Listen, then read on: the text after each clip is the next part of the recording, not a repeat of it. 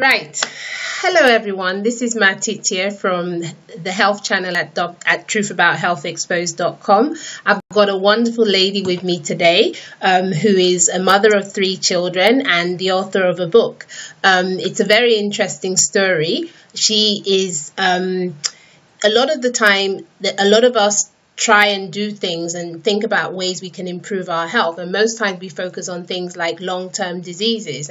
But what do you do when you have a less common health challenge, or as I call it, unconventional health challenge? Perhaps you're born with it, or you have a child with a health problem that is going to last forever. How do you deal with such health challenges?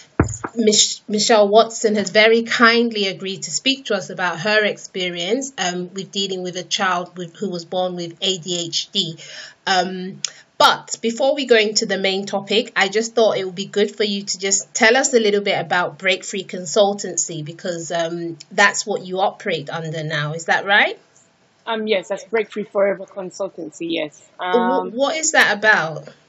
Great. So there's various structures to this organization. The main thing is around life coaching, and that's where everything stemmed from. But from that, we have the Women's Bee seminar, which is held quarterly, and that's about women coming together, finding themselves, networking, getting encouragement, because there's a lot of women out there that have potential, but they don't know what to do. They don't know the next steps that they need to take. And I thought, bringing women together so they're able to learn from other women as well will And be able to help. did this come about because of your child's ADHD? Was that how that came about? Did you feel like there wasn't enough support for you, or? Yeah.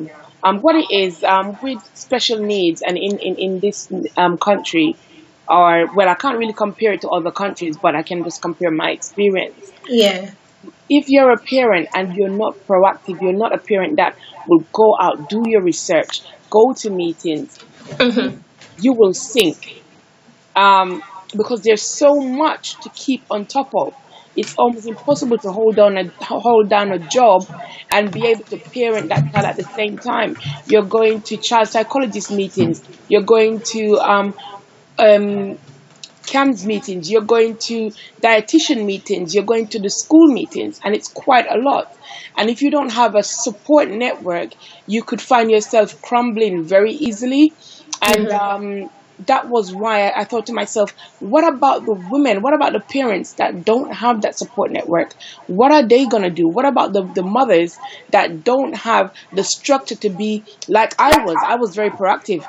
As soon as I heard the word ADHD, I never paid attention. Maybe I've heard it before, but not paid attention to it. I needed to now start paying attention to it. So I needed to do my research. I started to read up on it. I started to call people. I started to go to various different meetings. They only had to mention a meeting to me that had anything to do with ADHD, and I would be there. Unfortunately, not everybody is able to be that focused and be that proactive. And for a parent that is like that, they will struggle. And I've come across so many parents that have said, you know what, my child has not made it above this threshold because I didn't have it. I wasn't able to do all of that. And that's Okay. where all of it started from. So building that support network. So it's widened. It's for parents. It's for mothers. And it's just widened. Okay.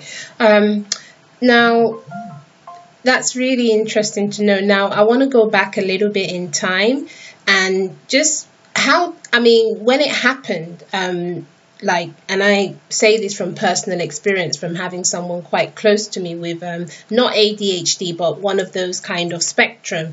And looking back at it, I can see that it was handled very badly. I think there was a lot of denial. There was a lot of not wanting to accept. So how did you feel when you got the news that this was the problem with your child? I mean, how did you take that? Were you ashamed? Were you, did you find it hard to accept the reality? How did it feel at the time? Parent, I don't believe there will be one parent that would be willing to accept it straight away. However, before the assessment was done, I knew something was wrong. From as young as 2, I could tell that something was not right. My son, And when he obviously went into school, it became more obvious because teachers were now seeing it. And it was just a case of putting their finger on what it was. And Yeah. because it has traits of autism as well, it made it a whole lot difficult, because there was one point where all the traits of ADHD was just showing. And then there was Okay, has he got autism as well as part of his? yes, it Okay. does. And then it was a case of all the traits of autism was being shown. He would line up his food. He wouldn't put, if you put ketchup on his food, he wouldn't eat it. He would have to go to the side. If he had toys, they would have to be lined up in a certain way. If he was eating, whatever you give him to eat, he had to organize it and all line it up in a certain way. So if he was given fruits and a drink and his food, he had to set it in a specific way. So I knew there was something wrong. But when I finally got the assessment, it was about accepting that, okay, my child actually has a condition, and no parent wants to accept that. And they were speaking about medication, and I didn't want to accept that. I didn't want him at that age taking medication. And it was very difficult because at that time as well, I remember there was a story of a young boy that was on medication, and it brought him so low that he took his own life. And it was very, very challenging for me to say, yes, I'll get my son. So for a long period of time, I did not allow him to take the medication. He did go to therapy sessions. They did change a lot of things at school around him, but I still didn't want to accept the medication. And it wasn't until I really decided that, look, he really needs help, because this is no longer about me. It's about him and his future and what I can do best to help him. Am I still 100% with medication? No, I'm not. So I always try to look for other things. I try to help him change his diet. I try to look at other natural resources that can help him. But I still let him take his medication, because for now, him taking his medication during school hours, it's helping him. The only reason why I didn't want him to take the medication, not for any spiritual reason or anything, it was a case of, because of his age, I didn't want him to become reliant on this. And I think just coming in there, and I think, like, when it comes to medicines, I get a little bit excited because that's, kind of my area. But I think, like you said, I'm very averse to people relying on medications, and I do think it should be like a last resort. And I feel far too often in today's society, people go straight to medication rather than doing other things that may actually give you, because it's dealing with, if you know the root cause, it's dealing with those, as opposed to getting a quick fix that can potentially bring other problems. So the medications are very important and can be life-saving in some situations, but like you said, it's important to think about other things and to try and do other things that may give more sustainable solutions. So well done for that. Now, so looking back, obviously it's a journey you're still in, because obviously you've still got the child, kind of thing. And what do you know, what in your son's case, do you know what caused it? Do you know if you've got it in the family? Do you know if anyone else has had it? Or I know you don't smoke, and you don't do alcohol excessively or anything like that. So because I know these are some of the things, from the little I know, that can sort of precipitate it. Do you have any idea in your son's case what may have led to it? He's so similar to his dad. It's unbelievable. And obviously his dad growing up in Jamaica, it's not something that would have been recognized or given or diagnosed. There's so many traits from his dad. And even though he's not being diagnosed with it, I do believe that that's the central point of where it has been. And it's just weird, because you see him do some stuff, and I look at him thinking, oh gosh, wow, that's his dad. And it's a scary thing, because it's like you have somebody that's Jekyll and Hyde. It's like two sides to this person. And that is where it's stemming from, even though he would never want to admit it or even get it as well checked.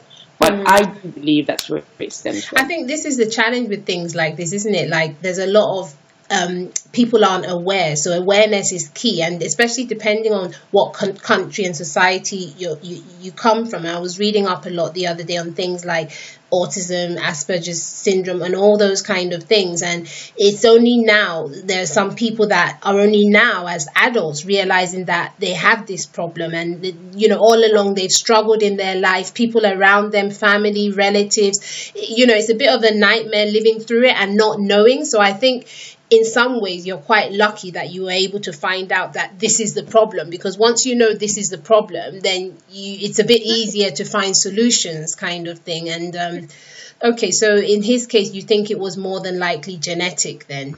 Yeah, I do think it was genetic. Okay. Even though that's the case, I still not look at it to say, okay, it's genetic, so he's going to be like that for the rest of his life. I still try to implement everything to help him. Anything comes up, any ideas that comes up, I'm always trialing and erroring and see what works with him, because every child is different. I've had people that have asked me, what is it that I can do with my child? And when I give them the advice, I say to them, look, you may try this and it might not work, because with every child it's different. But it's just trial and error. Were you ever ashamed? I mean, did you ever feel, I know when I say the acceptance, because this is the feeling I get from, like I said, having an experience close by, and also from other people that I've seen, is that, there's a little bit of shame almost, that and that's where I guess the not accepting comes into play, because there's a bit of shame that I can't believe this is, and that causes a lot more damage in the long term.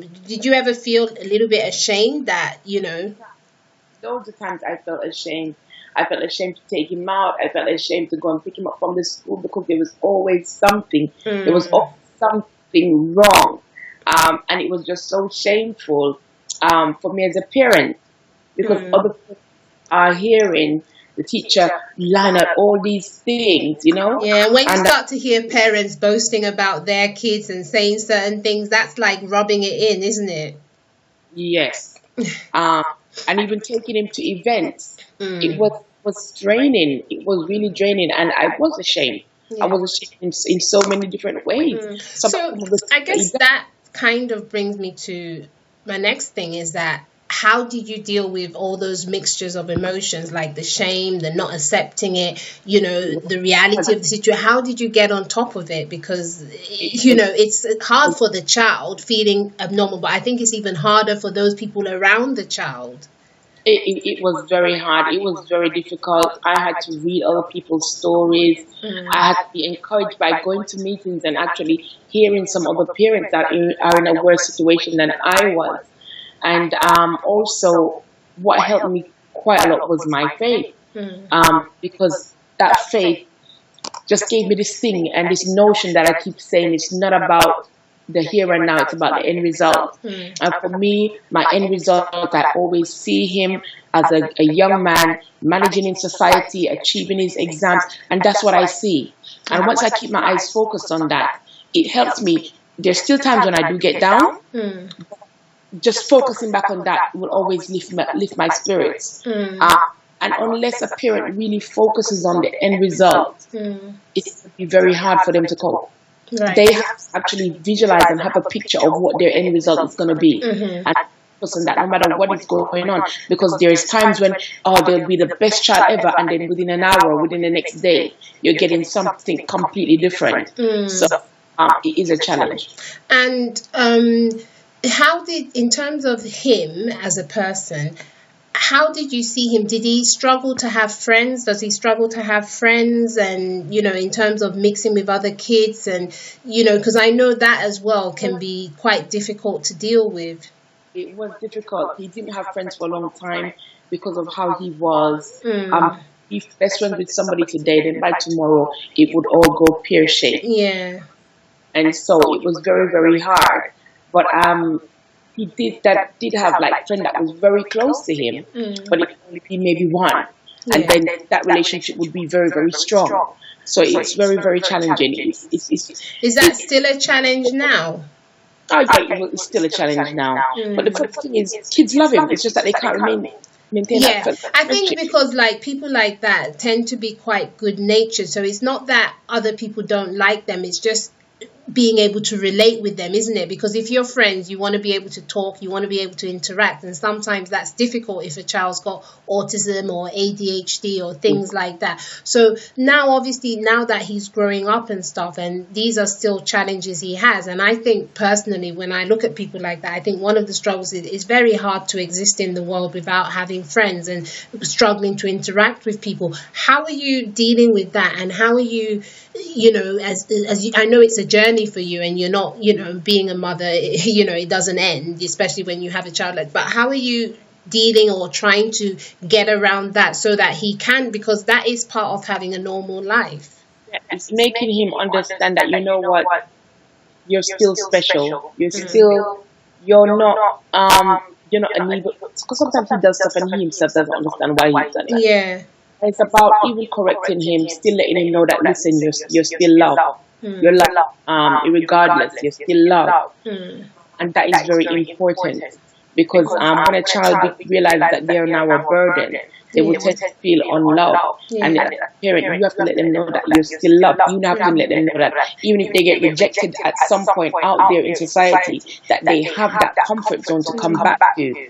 And that, I believe, is very, very important for that child. It's very important to know that, you know what, my mom will still be there. Someone will still be there to open their arms to me and accept me despite the way I am.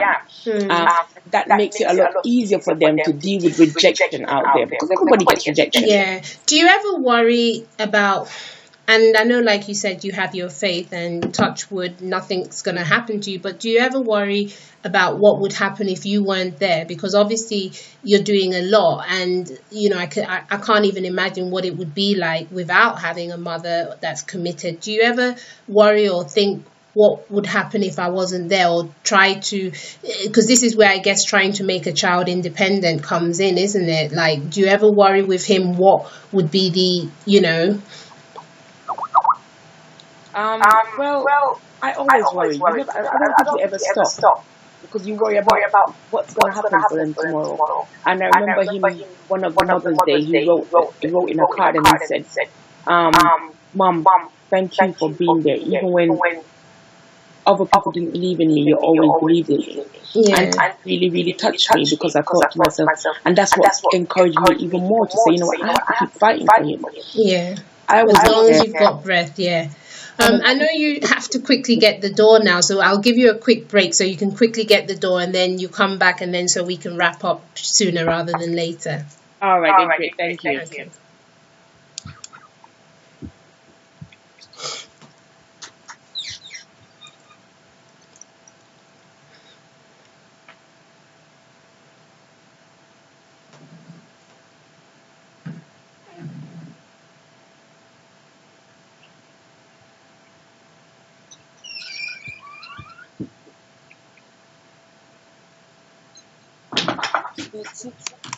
Okay, I'm back. All right, okay. Yeah, so you were saying, like, so that believing in them, that constant love, I guess that's all you can do, and I guess, your faith will take care of the rest. Speaking about faith, I just thought I'd ask you, was there ever a time, because obviously you've mentioned faith was a big help, medications have helped, but you obviously didn't want a situation where he became too reliant on them, so you've tried to pace how you give it to him in an informed way. I'm guessing in discussions with your psychiatrist and psychologist, is that right? Yeah. How did you find psychology? Was that very helpful as well, the therapy? It's challenging. The reason why I would say that is because I've had times when I've gone in and I've thought to myself, pointless. Well, yeah, repeating the same thing.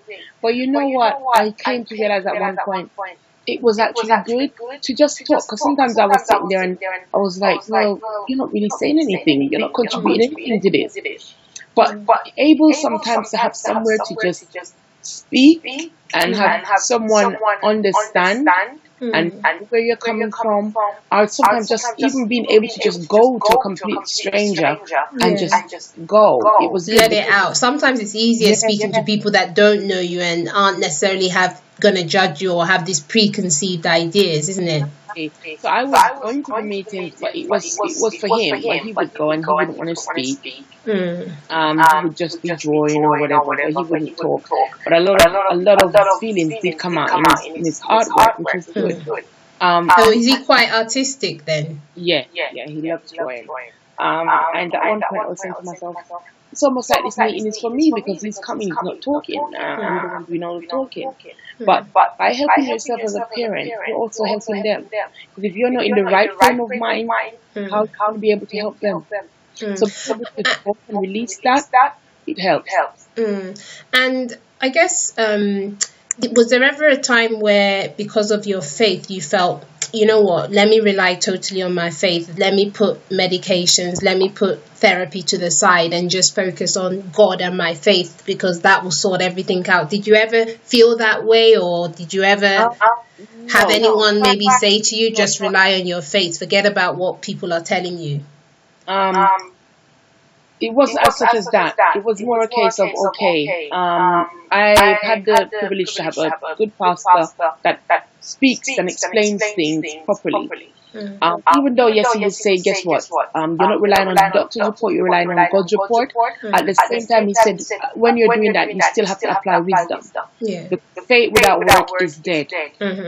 He's always said that. He's always taught that to me, that faith without work is dead. So if they say that you need to take these medication, what you do, you can take those medication, pray over those medication and say, you know what, God, even though I'm administering this to my child, I don't want them to be taking it for the rest of their life. I don't want them to be relying on it. You don't want him to have side effects. You don't want him to have, you want the good side of it and not the bad side, not the addiction, not the side effects, etc. Right. So it wasn't a case of going completely, okay, this is down to God, this is, because at the end of the day, many people do that and they've lost the real conception of it. Faith without work is dead. That means you have to apply your faith to something else, to some sort of action in order to make it work. Yes, there are cases where somebody could just apply faith and it works, but it's for you to know your situation and your condition, and not to go to the point where, okay, you're gonna, well, not necessarily like, I'll put it back to him. For instance, he was getting excluded so much, it reached the point where they were going to say to him, you know what, you're not going to be in school forever. You're not going to be in school, period. You're not going to be in school. And even though I was praying and I was doing everything, that happened.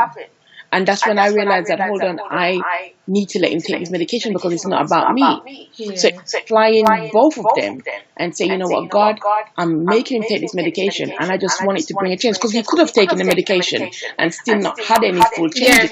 So I think it's about... And do you think it helped in a way with the medicines? It did help because he... was a lot calmer enough in order to get his schoolwork done, because they thought he was a literate child because he wouldn't settle down enough to even get his work done. So as far as they're concerned, he was incapable. By him to settle down and get his work done, they actually realized that, wow, he's actually a very, very intelligent and bright child that needed to be seen, and he wasn't getting that chance. So by him taking medication, they were able to see that and once they saw that, they were more interested in putting more into him and making an effort. So where I'm conscious of time moving on, and where are you now? I mean, where are things now with him? I mean, it's a journey to this point. How are things now? Is he, because I know, like, I don't know if you're involved in many of these networks, because I know that it's becoming a lot more common knowledge that these things exist and people have these challenges. And like I said to you, there are some people that are only diagnosed at adulthood. In terms of him, do you try to get him involved in a network so that he can have, interact with maybe more similar people? Or where are things now with him? Is he still on medications? Do you still have to go to meetings, or go to meetings, still on medication, still have to do all of that. Doesn't stop until you can say definitely it's gone, and especially for the fact that he's still in a school environment, it never stops. Children like that, however, don't like being around children of their own similarities.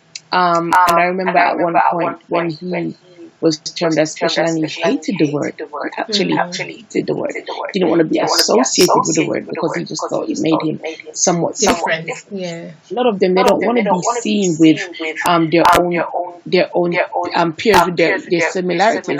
And for instance, funny enough, they really don't get on because all of them, they're leaders in their eyes, and they have to be in charge. And if 10 people are going to be in charge in the same room, obviously there's difficulties. Now, compared to before, he's come a long, massive way. Do we still have ups and downs? Definitely, yes. Never say it's completely gone. We still have those moments where we get calls from the school. We still have those moments where he has to be sent home. We still have those moments when he has a meltdown. We still have those moments. But are they less? They are less, and compared to before, there's been a big, massive improvement compared to before.